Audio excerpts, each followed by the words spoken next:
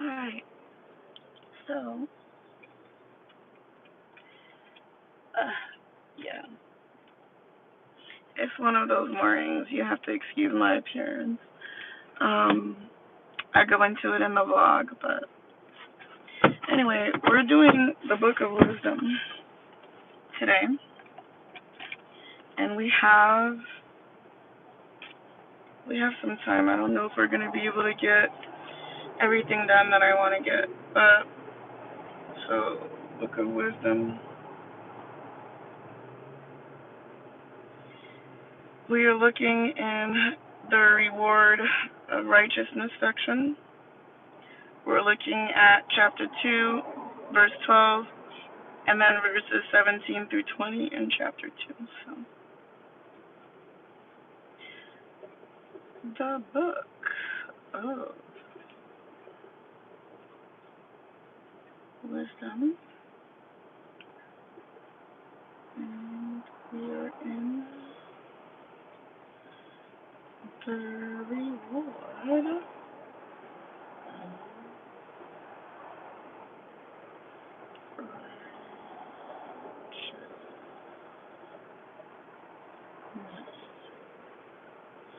Okay.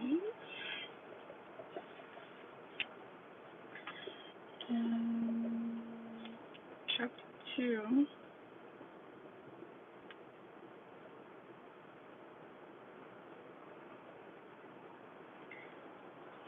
So we on verse 12. Okay. And then we want verses 17 through 20. Wait.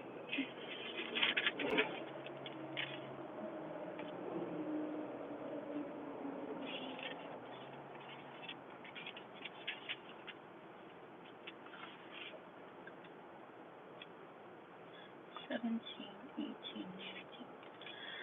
20. Okay. So, the Book of Wisdom was written about 50 years before the coming of Christ. Its author, whose name is not known to us, was probably a member of the Jewish community at Alexandria in Egypt. He wrote in Greek in a style patterned on that of Hebrew verse. At times, he speaks in the person of Solomon, placing his teachings on the lips of the wise king of Hebrew tradition in order to emphasize their value. His profound knowledge of the earlier Old Testament writings is reflected in almost every line of the book and marks him, like Ben Sira, as an outstanding representative of religious devotion and learning among the sages of Apostolic Judaism. The primary purpose of the author was the edification of his co-religionists in a time when they had experienced suffering and oppression, in part, at least at the hands of apostate fellow Jews. To convey his message, he made use of the most popular religious themes of his time, namely the splendor and worth of divine wisdom, the glorious events of the Exodus, God's mercy, the folly of idolatry, and the manner in which God's justice operates in rewarding or punishing the individual. The first 10 chapters in particular provide background for the teaching of Jesus and for some New Testament theology about Jesus. Many passages from this book, notably, are used by the church in liturgy. The principal divisions of the Book of Wisdom are, and then this is what it shows. Where am I? Can you see? These are the principal divisions right here. And so, now I will read aloud chapter 2 and the verses that are designated in it, and then I will start to copy them. So, let us lie in wait for the righteous one, because he is annoying to us. He opposes our actions, reproaches us for transgressions of the law, and charges us with violations of our training. Let us see whether his words be true. Let us find out what will happen to him in the end. For if the righteous one is the Son of God, God will help him and deliver him from the hand of his foes. With violence and torture, let us put him to the test, that we may have proof of his gentleness and try his patience.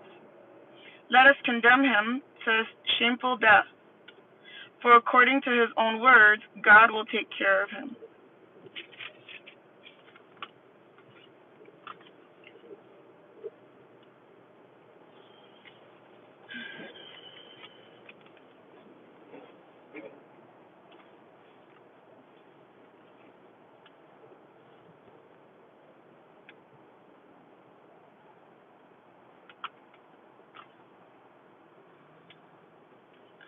Actually do a different color for the writing.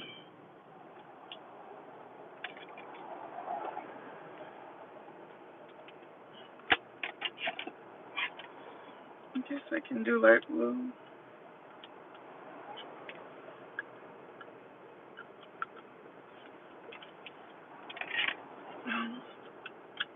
Kill myself.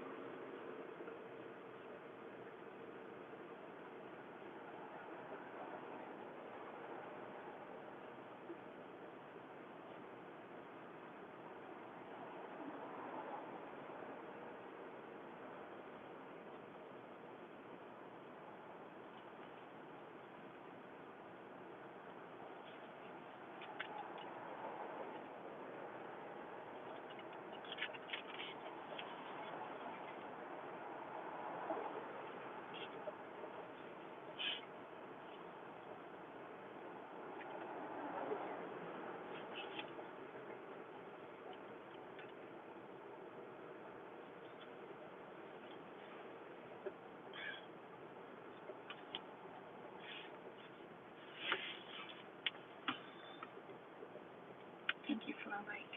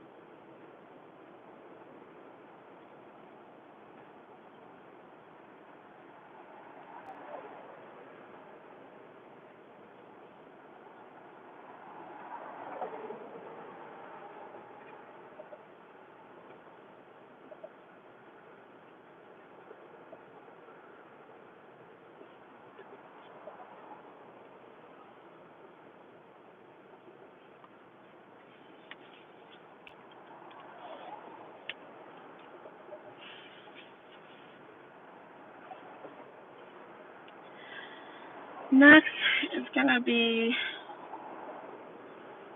Psalm 54, verses 3 through 4, 5, 6 through 8, and then 6. But that's B. The B version is in the red book, like the different versions. 6B. So whatever version I have in here is the version I'm going to do. But I'm going to read it aloud. But I may not copy it on the stream. It depends on how long my live stream says that it is when I decide to look up.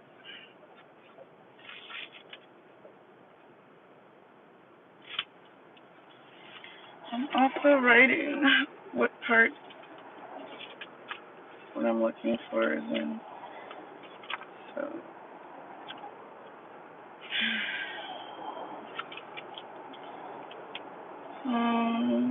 are definitely the Old Testament, page 605 in the Old Testament for my Bible.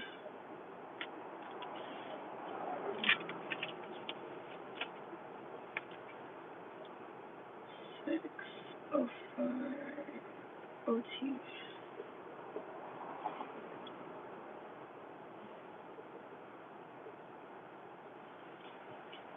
Okay.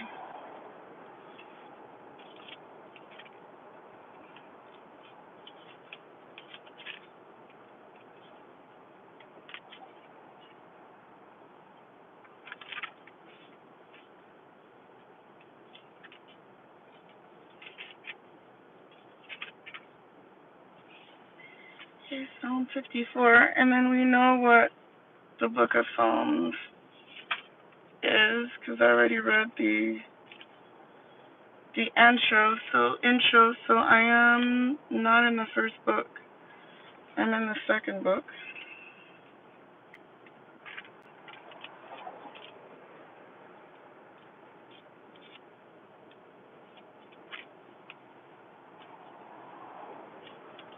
Let me just see.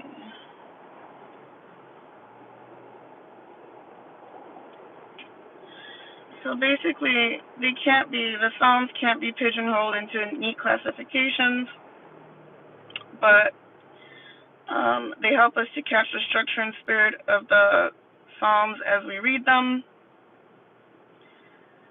It has been rightly said that they are a school of prayer. They not only provide us with models to follow, but inspire us to voice our own deepest feelings and aspirations.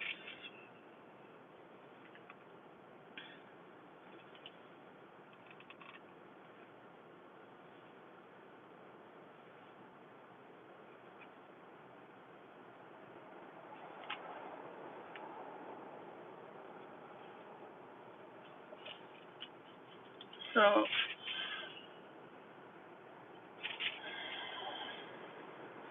Psalm 54 is about confident prayer in great peril. So,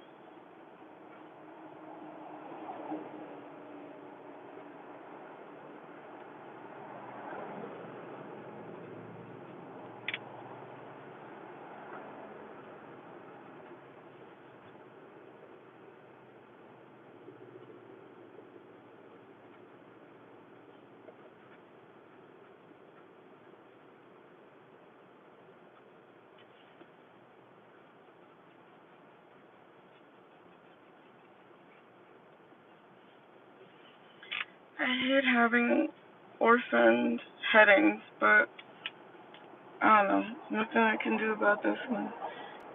So 3, 4, 5, 6, 7, 8. Okay. So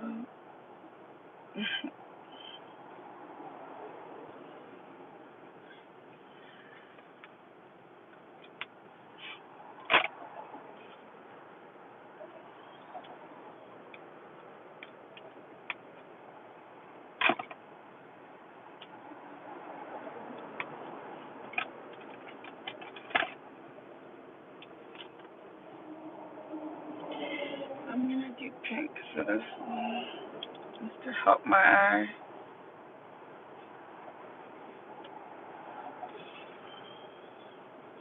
Okay. So, confident prayer in great peril. O God, by your name, save me. By your strength, defend my cause. O God, hear my prayer. Listen to the words of my mouth. Strangers have risen against me. The ruthless seek my life. They do not keep God before them. God is present as my helper. The Lord sustains my life. Turn back the evil upon my foes. In your faithfulness, destroy them. Then I will offer you generous sacrifice and give thanks to your name, Lord, for it is good.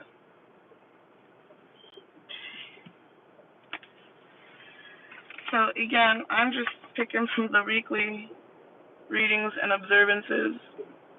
That's where I'm getting this from.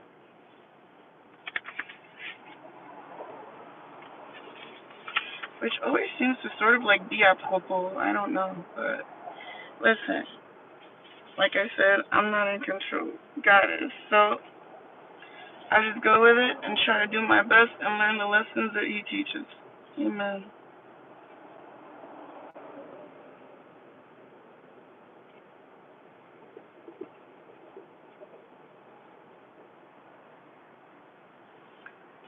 How long have I been? About a 20-minute. Huh? That's alright. This is short. Amen.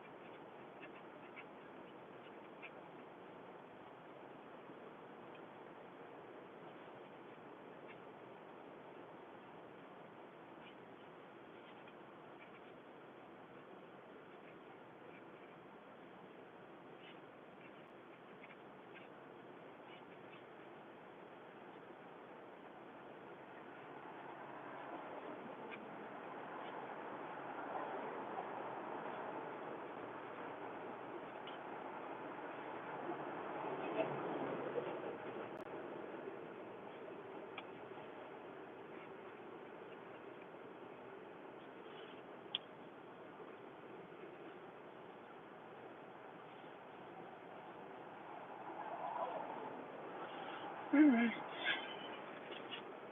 Next we have James chapter 3, verse 16, all the way through to chapter 4, verse 3. Okay, that's a lot. Okay. Let's see what James is hitting for.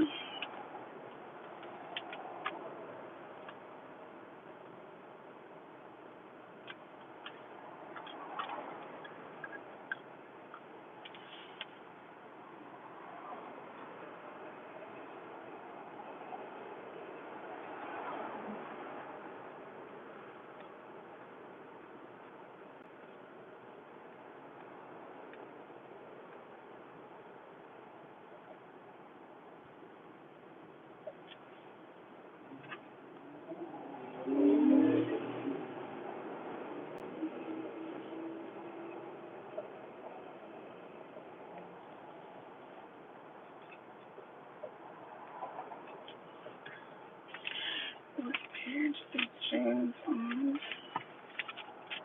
I know that's the New Testament. 348, New Testament.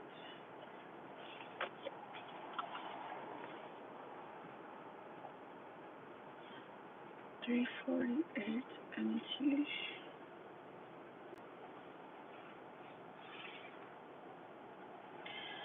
I'm going for another orphan heading. Today is the day of the orphan headings.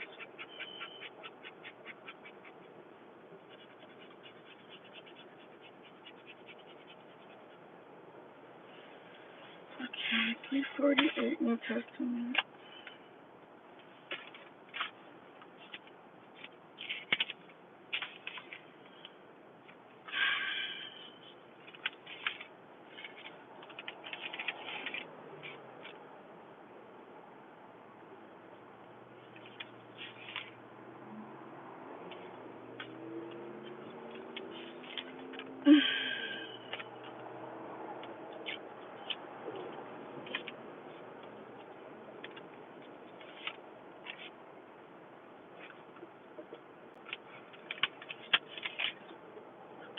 Here's James.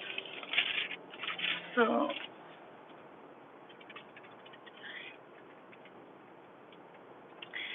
here's James. I think I'm all the way back as well. And James is a letter. So James has a letter. And where I'm going in it, and this is how it's kind of set up. So chapter 3 is in the part of the chapter 3 and 4, because I have two of them today, are in the exhortations and warnings section for James in his letter. So,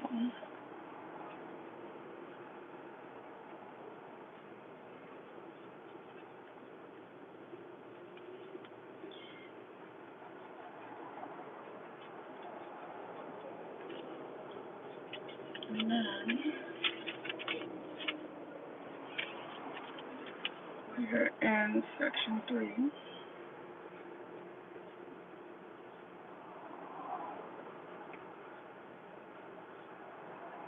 Exhortation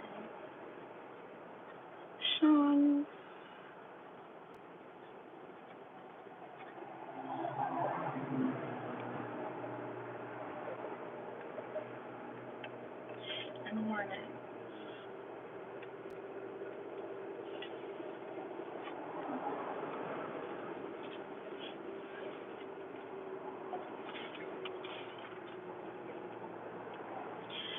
Oh my gosh. You turn the page and James is done. You're in Peter. Okay, so the letter of James seems to be concerned exclusively, almost exclusively with ethical conduct. I'm glad I underlined that so my eye could go there right away when I start doing James again. I'm getting distracted again. Okay, so James, I want to be in chapter 3, verse 16 all the way. So chapter 3 is power of the tongue.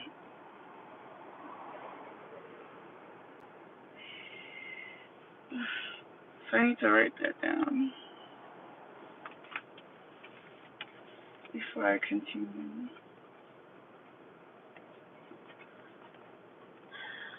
Power of the tongue, because that's the section my stuff is in. And then it's going to be verse 16. Okay. Oh, sorry. So verse 16 is under true wisdom, not power of the tongue.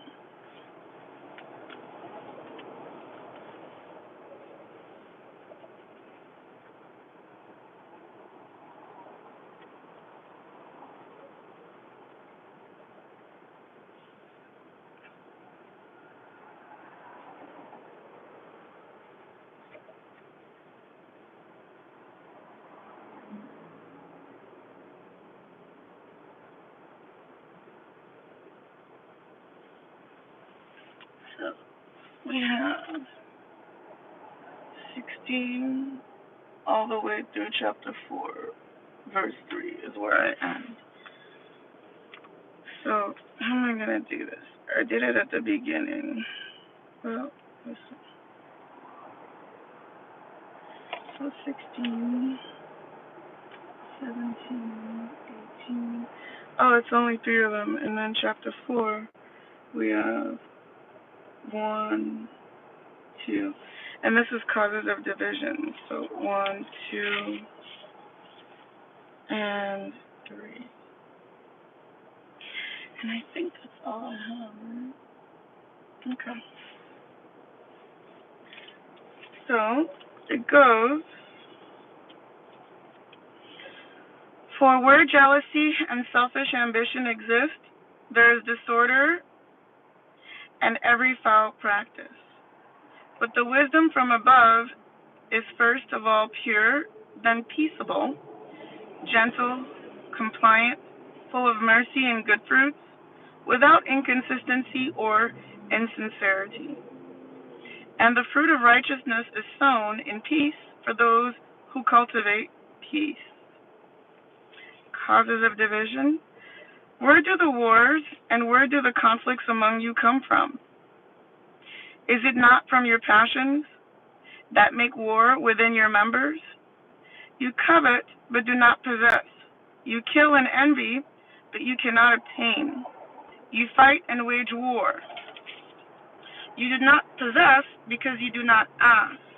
You ask, but do not receive because you ask wrongly to spend it on your passions.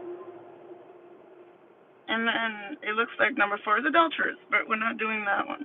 So, all right. I'm sure we'll get into that. Maybe it's next year, because we're on year 2. So maybe year 1 is when we get into all that.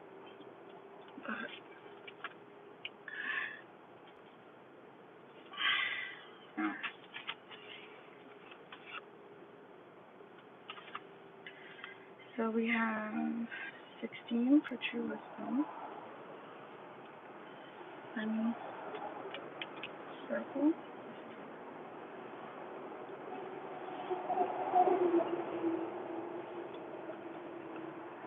And do numbers.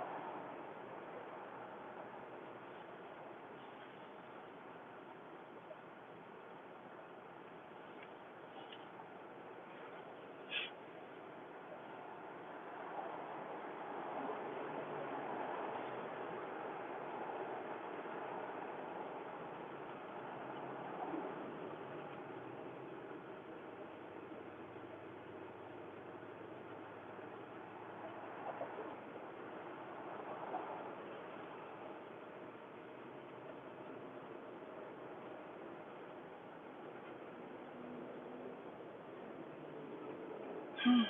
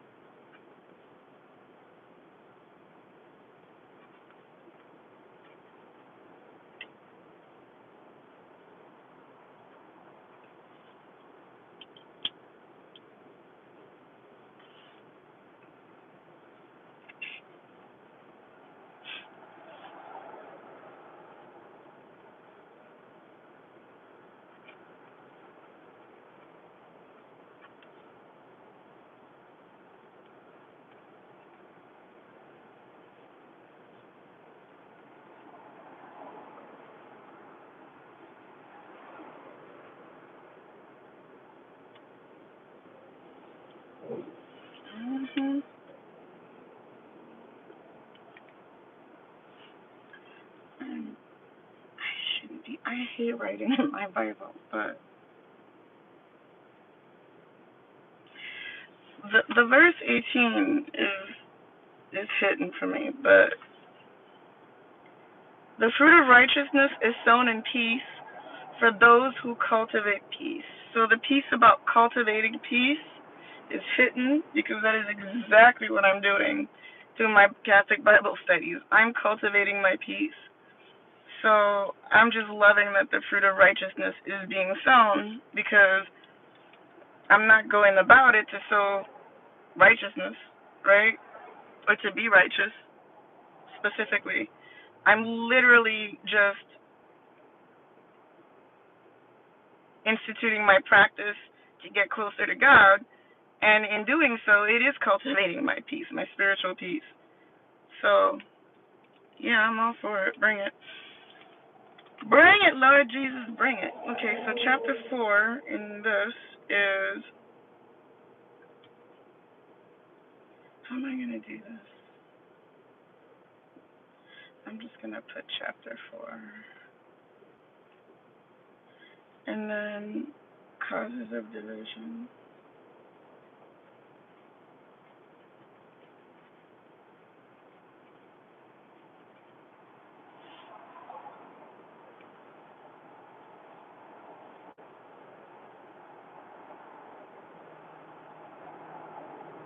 I'm starting with verse 1.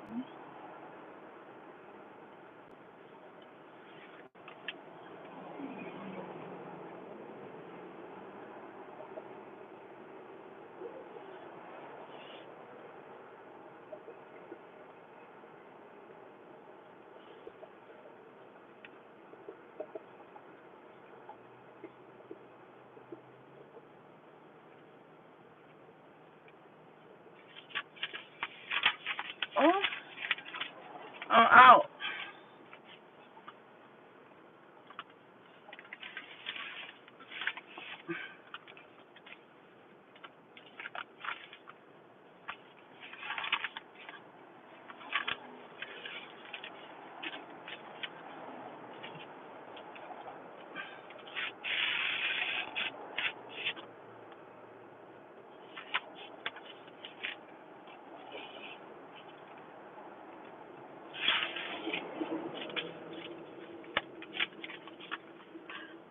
This is actually,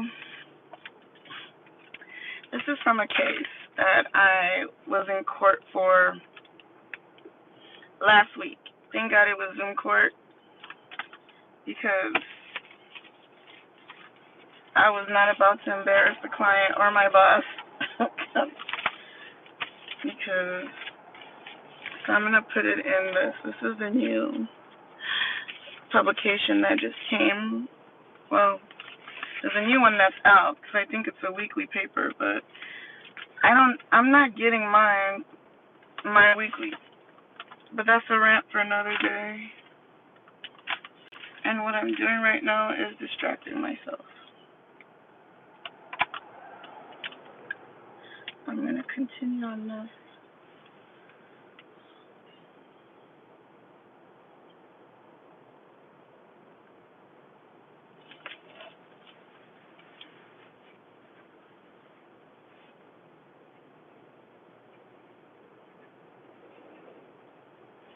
Oh, I have to readjust to writing with a bigger pad.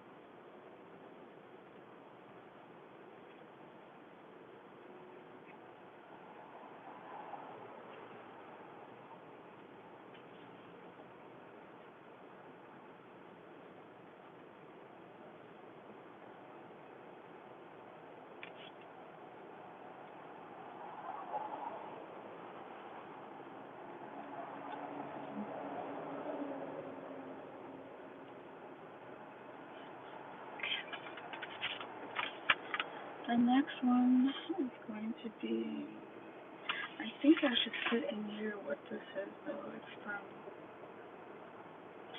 Actually, I'm just gonna label my books. Um,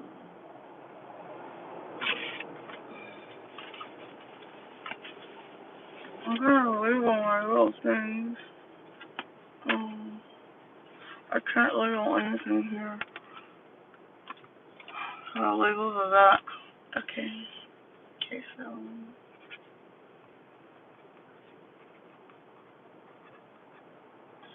Bible study,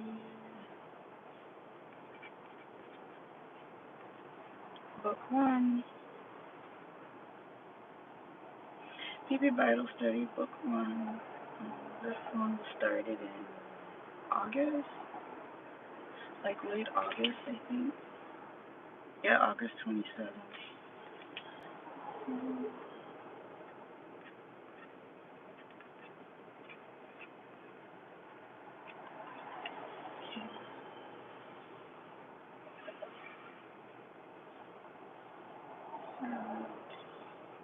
To today, September, I think 23rd, chat. Yes, I should know that.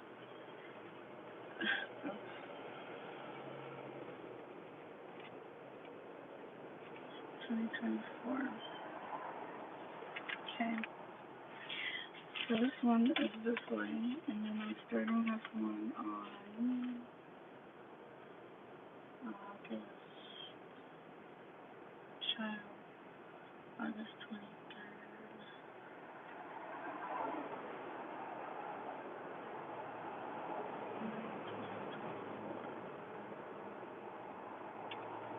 And then I'll do the same thing when I go through this whole notepad. Okay, and now I'm going to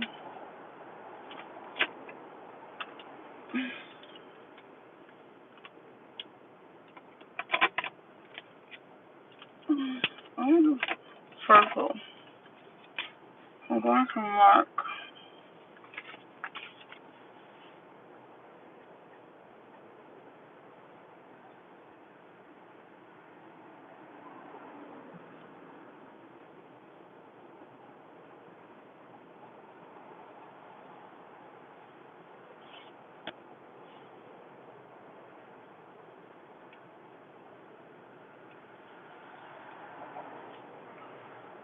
This is Mark with a K.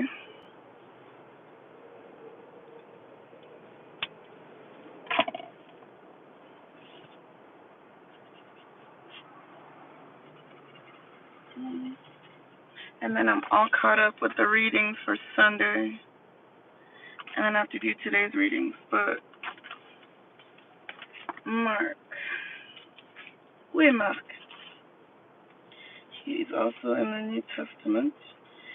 Starts at 71. New Testament. That's the page. I'm in the New Testament. Mark is over here. So just as a refresher, Mark has basically everything. The Gospel according to Mark. It has Jesus' miracles and things like that. The most popular or widely known ones. So, in the Bible.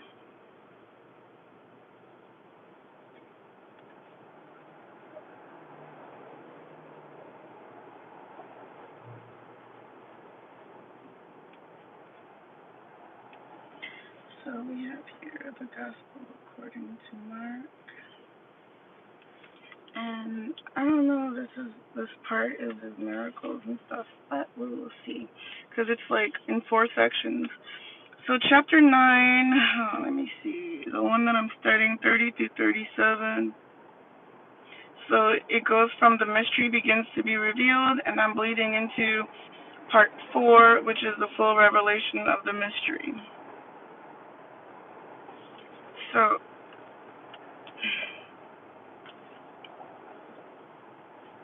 let me just write that down. So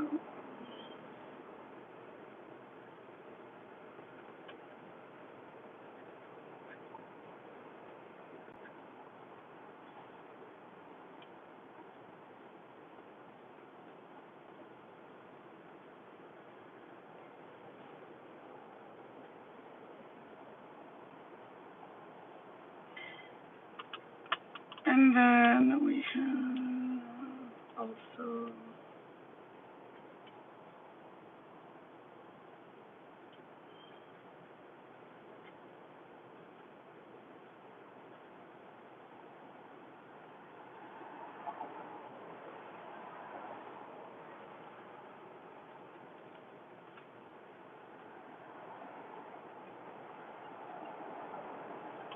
alright. Let's go find chapter 9.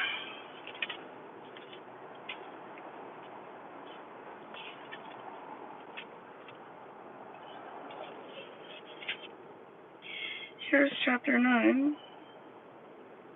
Okay. And then verse 30.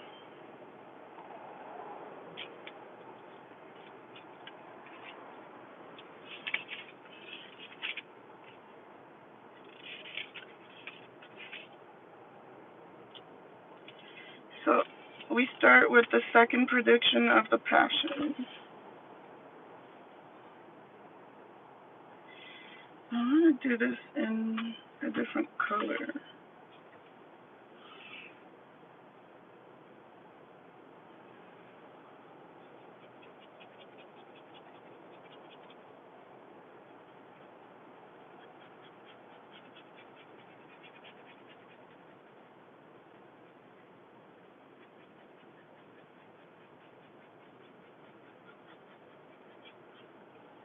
Okay, so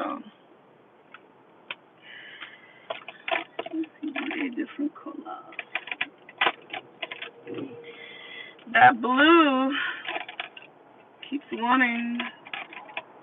I know I have other colors, but listen. Okay, so chapter 9.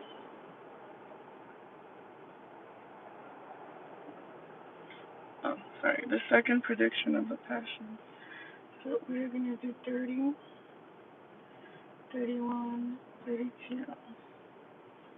And we're going into the full revelation of the mystery. 33, 34, 35, 36, 37.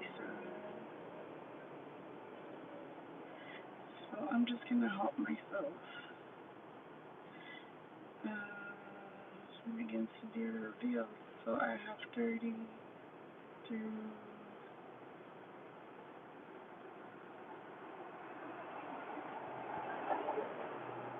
32. And then this is the full revelation of the mystery is 33, verses 33 through the rest of it, 37.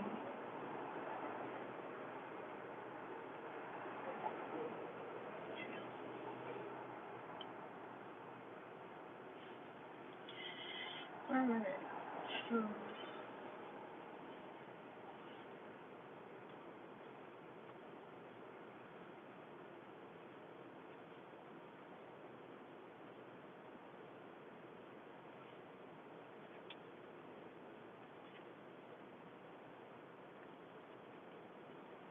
the second prediction of the Passion.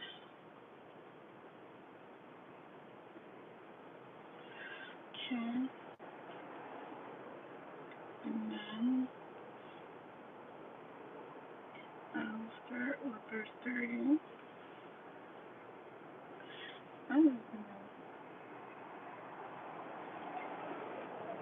I'm just going to read right now because it's almost an hour. So I'm going to read these. I have myself set up to copy this.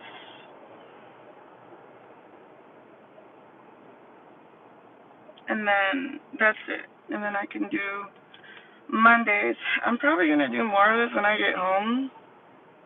I want to do 2 Bible studies, but I want to kind of like be caught up. I want to start Tuesday with Tuesday because I haven't done that yet. I'm always kind of like behind because I focus on Sunday to Sunday. Anything else is just added. But like I said, reading it alone isn't really enough for me. When I actually stop and write it down, then I actually am able to sort of process the word better.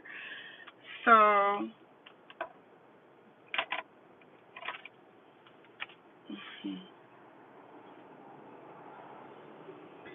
So, the second prediction of the Passion. They left from there and began a journey through Galilee, but he did not wish anyone to know about it. He was teaching his disciples and telling them, "The Son of Man is to be handed over to men, and they will kill him, and 3 days after his death he will rise." But they did not understand the saying, and they were afraid to question him. The full revelation of the mystery, the greatest in the kingdom. They came to Capernaum, and once inside the house, he began to ask them, "What were you arguing about on the way?" But they remained silent. They had been discussing among themselves on the way who was the greatest. Then he sat down, called the 12, and said to them, "If anyone wishes to be first, he shall be last of all and the servant of all." Taking a child, he placed it in their midst, and putting his arms around it, he said to them, "Whoever receives one child such as this in my name receives me, and whoever receives me receives not me, but the one who sent me."